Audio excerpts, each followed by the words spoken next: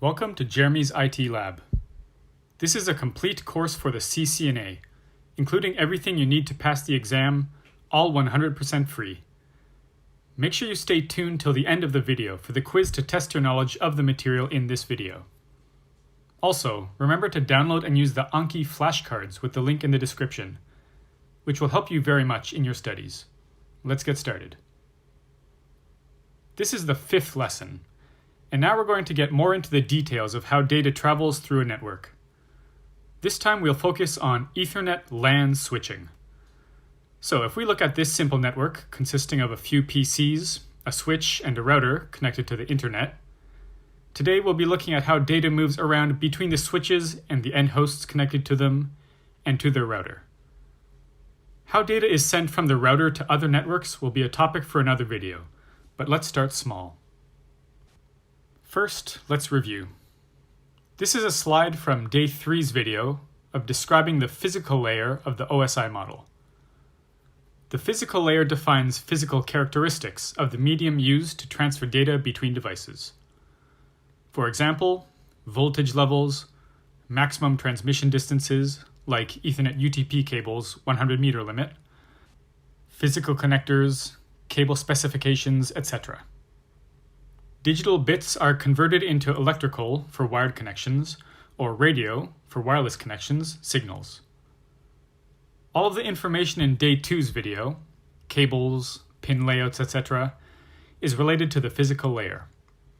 So we've covered a good amount about the physical layer, learning about copper UTP cables, fiber optic cables, RJ45 connectors, etc. Let's also review this slide about layer 2, the data link layer, from day 3's video. Layer 2 provides node-to-node connectivity and data transfer. For example, PC to switch, or switch to router, or router to router, etc. It defines how data is formatted for transmission over a physical medium, for example, copper UTP cables. It detects and possibly corrects physical layer errors. It uses layer 2 addressing, which is separate from layer 3 addressing. Remember, IP addresses are layer 3 addresses, not layer 2. Switches operate at layer 2. So in this video, we'll be talking about Ethernet LAN switching, and Ethernet involves layer 1 and layer 2 of the OSI model.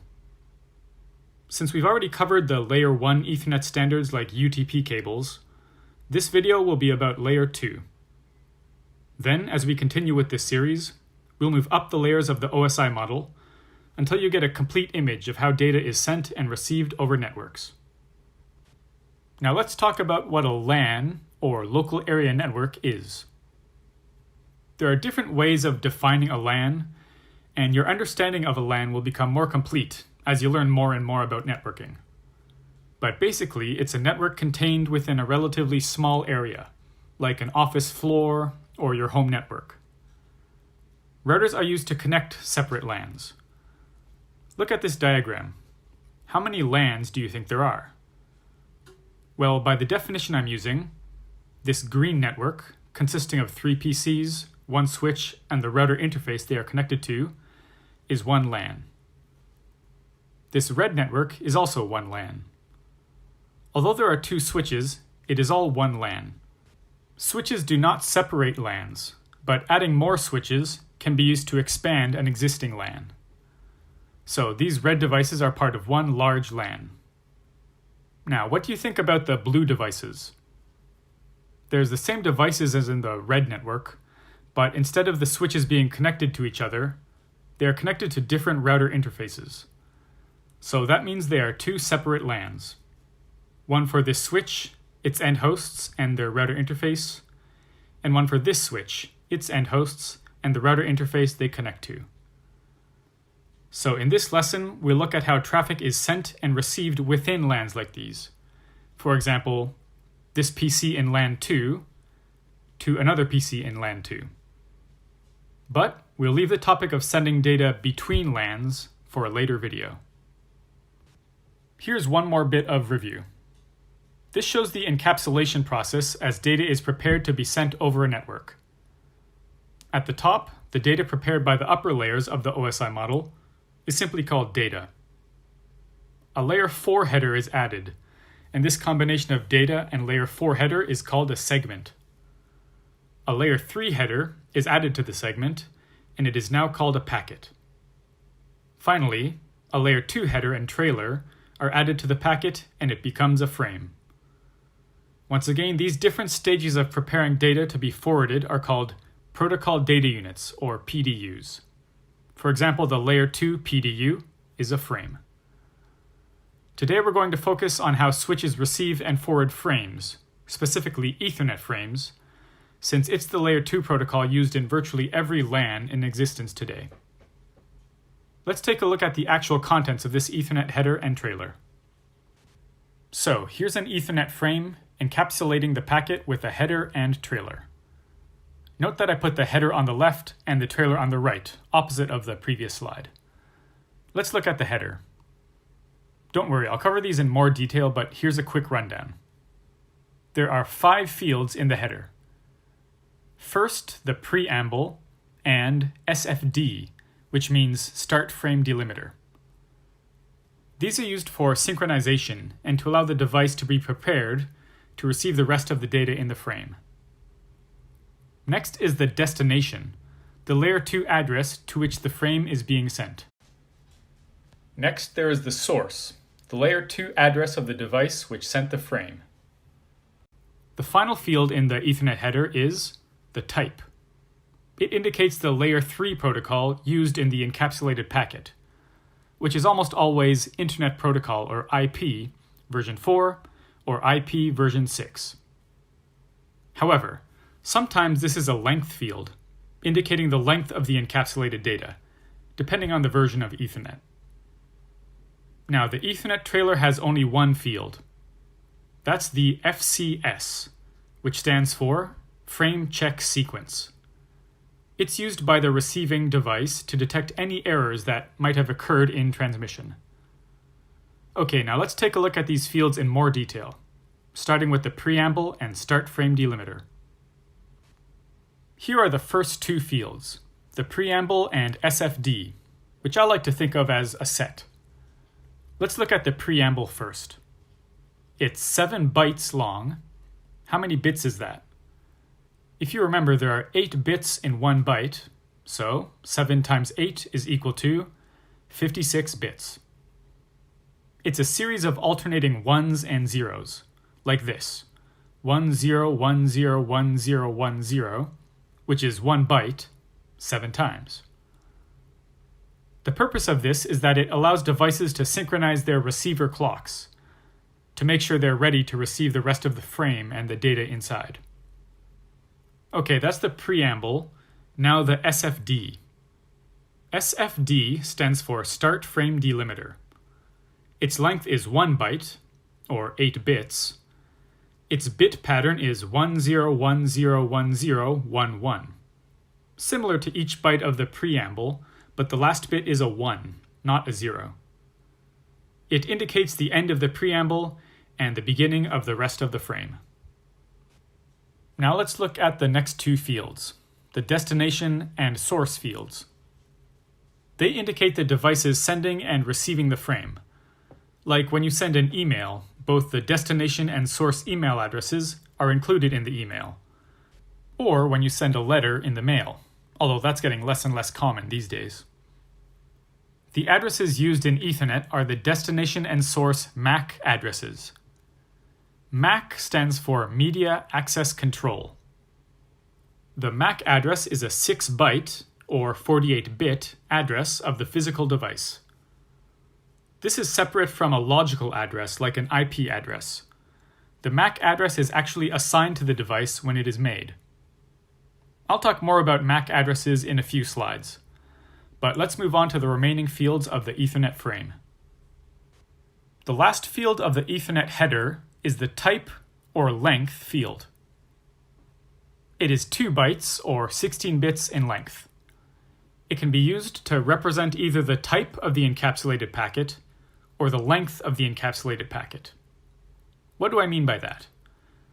Well, if the value in this field is 1500 or less, that means it is indicating the length of the encapsulated packet in bytes.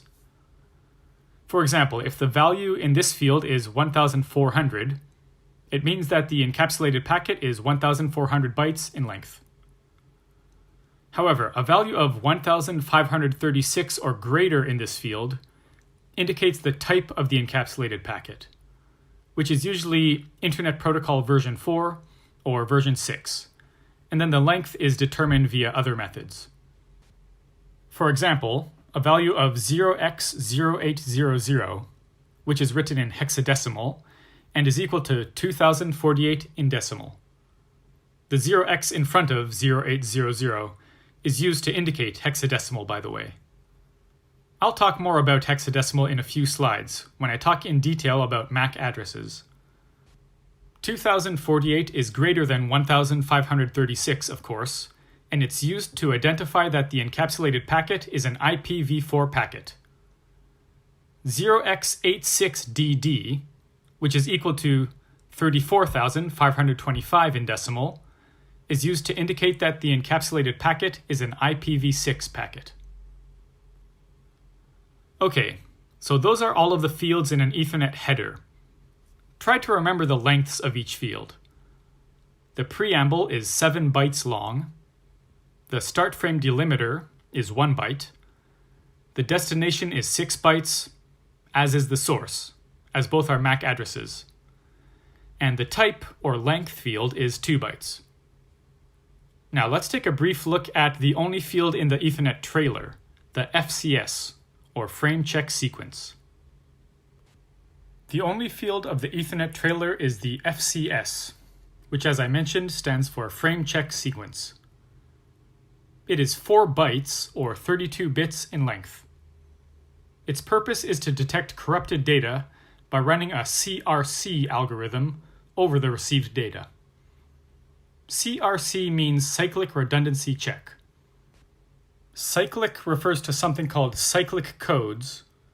Redundancy refers to the fact that these 4 bytes at the end of the message enlarge the message without adding any new information, so they are redundant. And check refers to the fact that it checks or verifies the data for errors.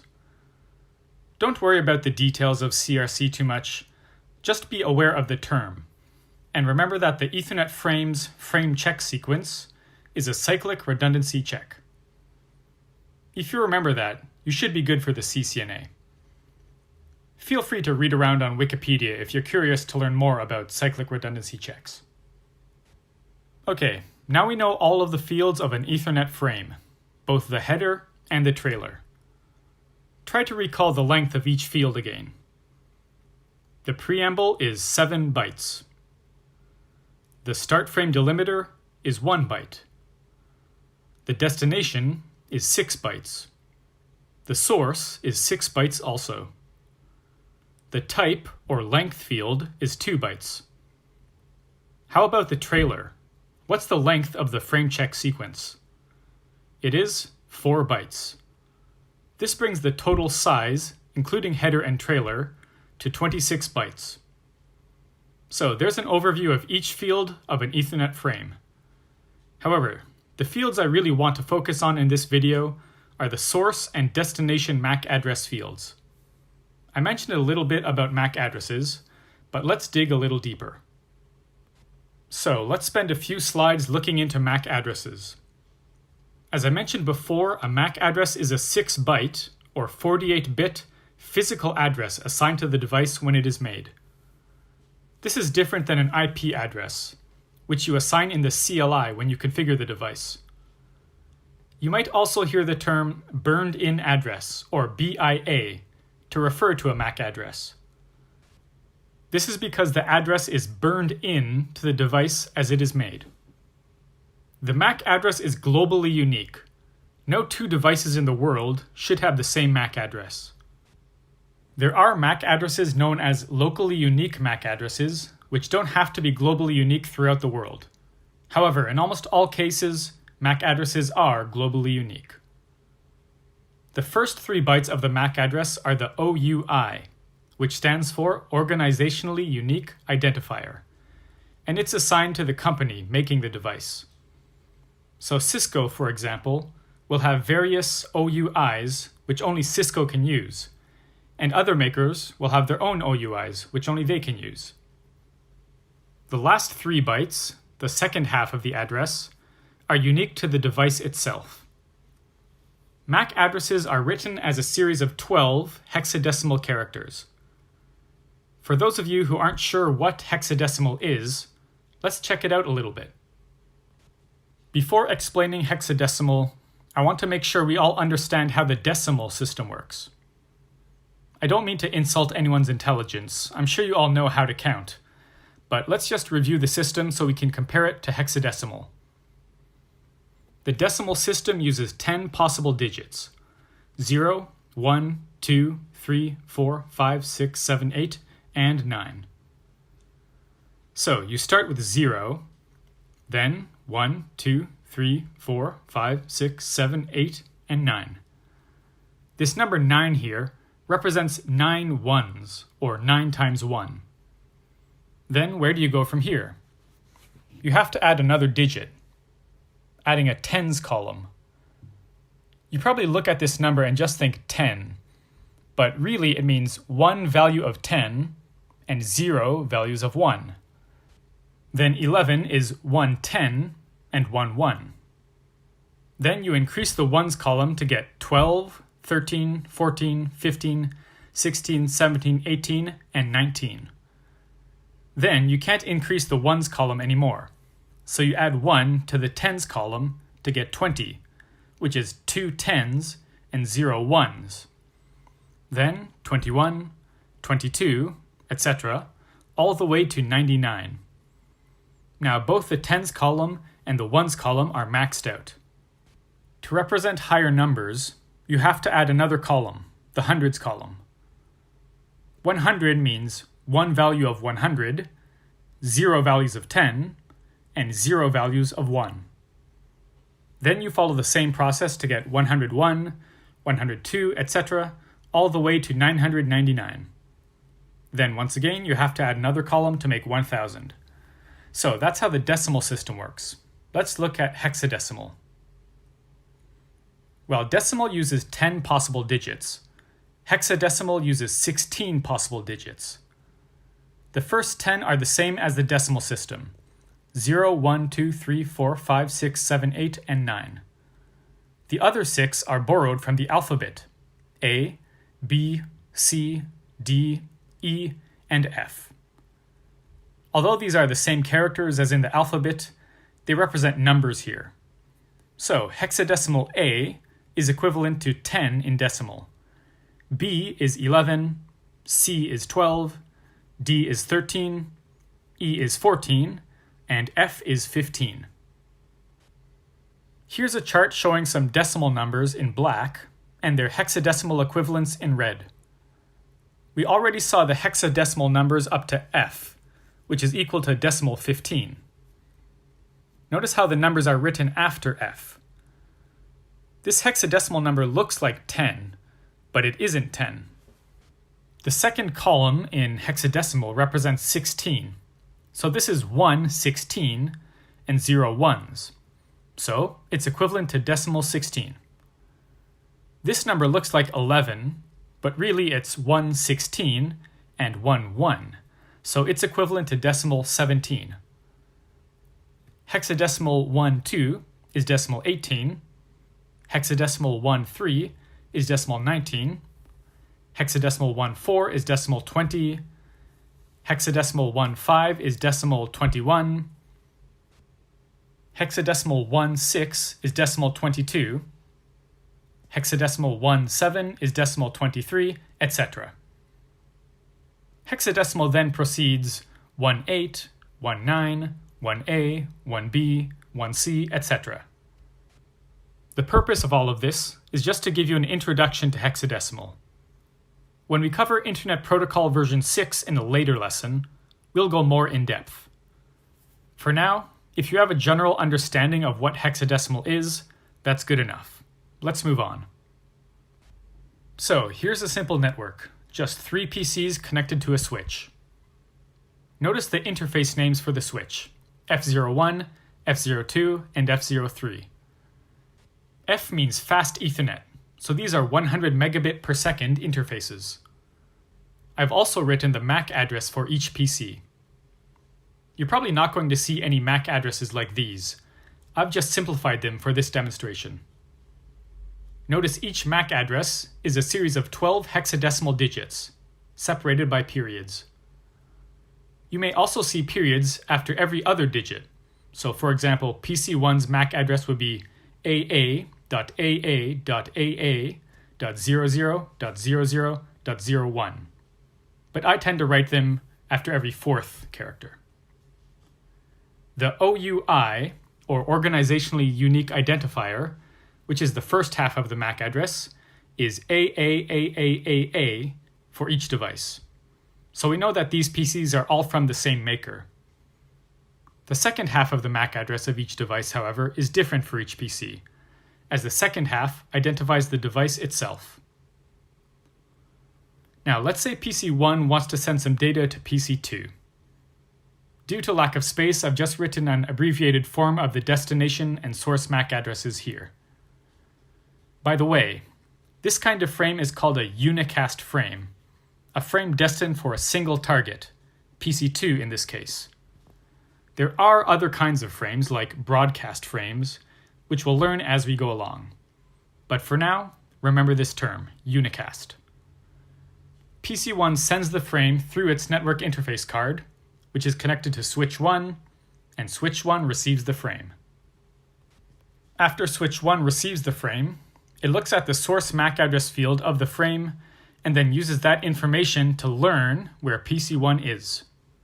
As you can see here, it adds the MAC address AAAA.AA00.0001 to its MAC address table, and it associates that MAC address with its F01 interface. This is known as a dynamically learned MAC address, or just dynamic MAC address, because it wasn't manually configured on the switch. The switch learned it itself. Every switch will keep a MAC address table like this, and they fill the MAC address table dynamically by looking at the source MAC address of frames it receives. Since switch 1 received a frame from source MAC address AAAA.AA00.0001 on its F01 interface, it knows that it can reach that MAC address on that interface and adds it to the MAC address table. This is a very important concept, so I'll probably repeat it multiple times. This is how switches dynamically learn where each device on the network is, by looking at the source MAC address of the frame. Now, there is one problem. The destination of the frame is AAAA.AA00.0002, but switch 1 doesn't know where that is. This, by the way, is called an unknown unicast frame, a frame for which the switch doesn't have an entry in its MAC address table. Because the switch doesn't know how to reach the destination, it has only one option. That is to flood the frame. Flood means to forward the frame out of all of its interfaces, except the one it received the packet on. So that would look like this. Switch 1 copies the frame and sends it out its F02 and F03 interfaces. It doesn't send it out of its F01 interface, because that's the interface it received the frame on. So what happens next? Well, PC3 ignores the packet because the destination MAC address doesn't match its own MAC address. It simply drops the packet. PC2, however, receives the packet and then processes it normally up the OSI stack. However, unless PC2 sends a reply of some sort, it stops there. Switch 1 never receives a packet from PC2, so it can't learn PC2's MAC address and use it to populate the MAC address table. So let's say PC1 sends another frame to PC2. Once again, it is received by switch 1, and it already knows PC1's MAC address, so it doesn't have to add it to the MAC address table again. However, it still doesn't know where PC2 is, so it once again floods the frame. PC3 drops the frame, and PC2 receives it and processes it normally. Now let's say PC2 then wants to send some data to PC1, maybe a reply to what PC1 sent to PC2. Notice the destination and source addresses of the frame are reversed. PC2 sends the frame out of its network interface, and switch 1 receives it. Switch 1 looks at the source MAC address of the frame, and then adds it to its MAC address table, associating it with the F02 interface. This time, however, it doesn't flood the frame. This is known as a known unicast frame, because the destination is already in its MAC address table. Whereas unknown unicast frames are flooded, known unicast frames are simply forwarded to the destination like this. And PC1 then processes the frame up the OSI stack through the de-encapsulation process, which we learned about in Day 3's video. One more point about these dynamic MAC addresses. On Cisco switches, these MAC addresses are removed from the MAC address table after 5 minutes of inactivity.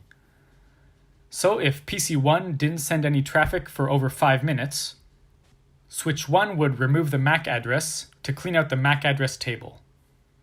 Of course, if PC1 sent traffic again, switch 1 would dynamically learn its MAC address again. Let's look at another example, this time with 2 switches. Notice the MAC address table of each switch. Currently they are empty, so once again we will see the process of MAC address learning and flooding. So, PC1 wants to send some information to PC3.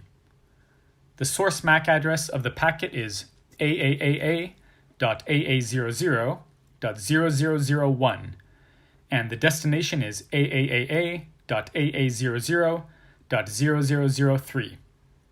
So PC1 sends the frame out of its network interface, and it arrives at switch 1.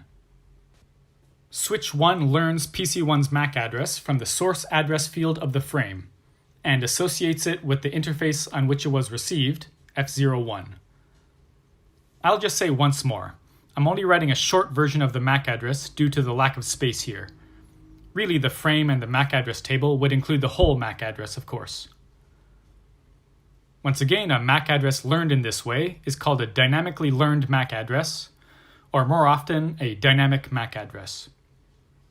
Now, switch 1 has learned that PC1 can be reached via its F01 interface, but it still doesn't know where PC3 is. Do you remember the name for this kind of frame? It's called an unknown unicast frame. And what does a switch do with an unknown unicast frame? It floods it out all of its ports, except the one it was received on. In this case, it will flood the frame out of F02 and F03, but not F01, because it received the frame on F01. PC2 drops the frame because the destination MAC address doesn't match its own MAC address. Now, what will switch 2 do? Well, the exact same rules apply. Just like switch 1 did, it uses the source MAC address field of the frame to dynamically learn PC1's MAC address and the interface it can use to reach PC1. Note that, unlike on switch 1, PC1 isn't actually directly connected to the interface switch 2 enters in its own MAC address table. However, this is the interface which switch 2 will use to reach PC1. That's the meaning of the interface in the MAC address table. It doesn't mean the device is directly connected to this interface. Now, switch 2 received a unicast frame. That is a frame destined for a single device. But it doesn't know how to reach that device, because it's not in its MAC address table. One last time, what is this kind of frame called? It's an unknown unicast frame. And what does the switch do with it? It floods it out all interfaces, except the one it was received on. So, which interfaces will it send the frame out of? Well, it received the frame on F03, so it won't be flooded out of that interface. But it will be sent out of all other interfaces, F01 and F02 in this case. PC4 drops the frame because the destination MAC address doesn't match its own. PC3, however, receives the frame, as the destination MAC address matches its own MAC address. Let's say that PC3 is going to send a reply back to PC1. notice the destination and source MAC address fields of the frame are reversed. PC3 sends the frame out of its network interface, and it is received by switch 2. Switch 2 learns PC3's MAC address and enters the MAC address and the corresponding interface in its MAC address table.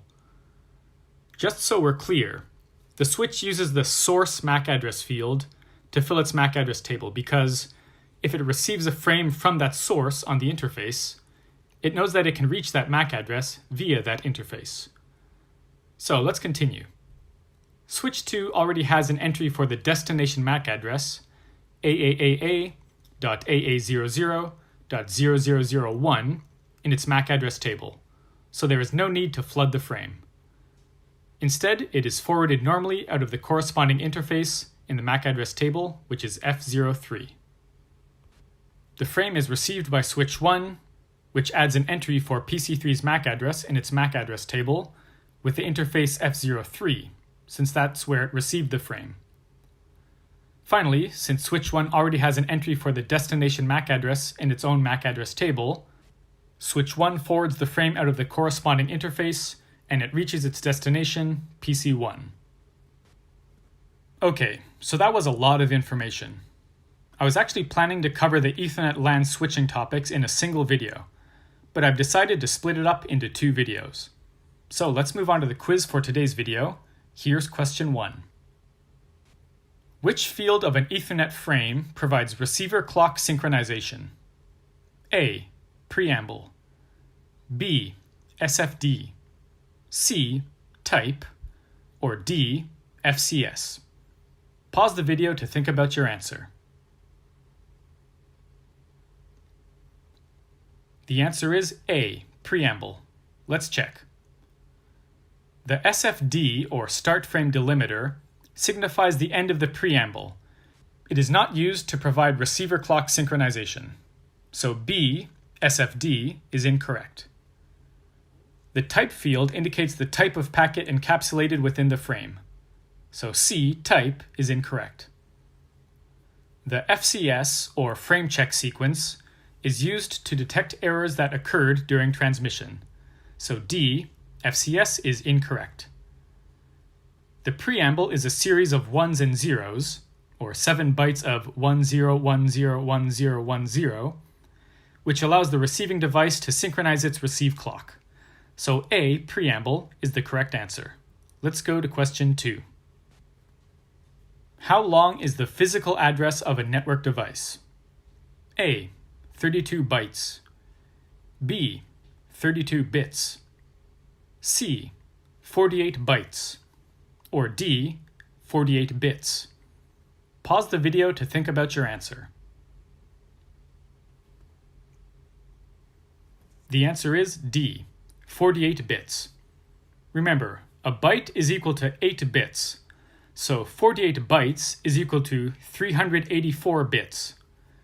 The MAC address, which is an address assigned to the physical device, is 48 bits, not bytes long.